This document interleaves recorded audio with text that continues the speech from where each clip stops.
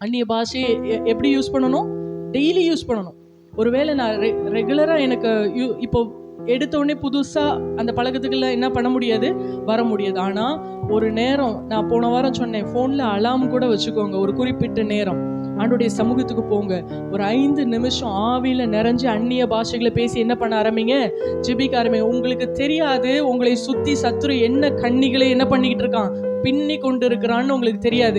என்ன விதமான ஆயுதங்களை உங்களுக்கு எதிராக உருவாக்கி கொண்டு இருக்கிறான்னு தெரியாது.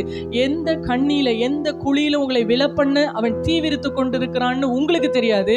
ஆனா உங்களுக்குள்ள இருக்கிற பரிசுத்த ஆவியானவருக்கு தெரியும். ஆமே.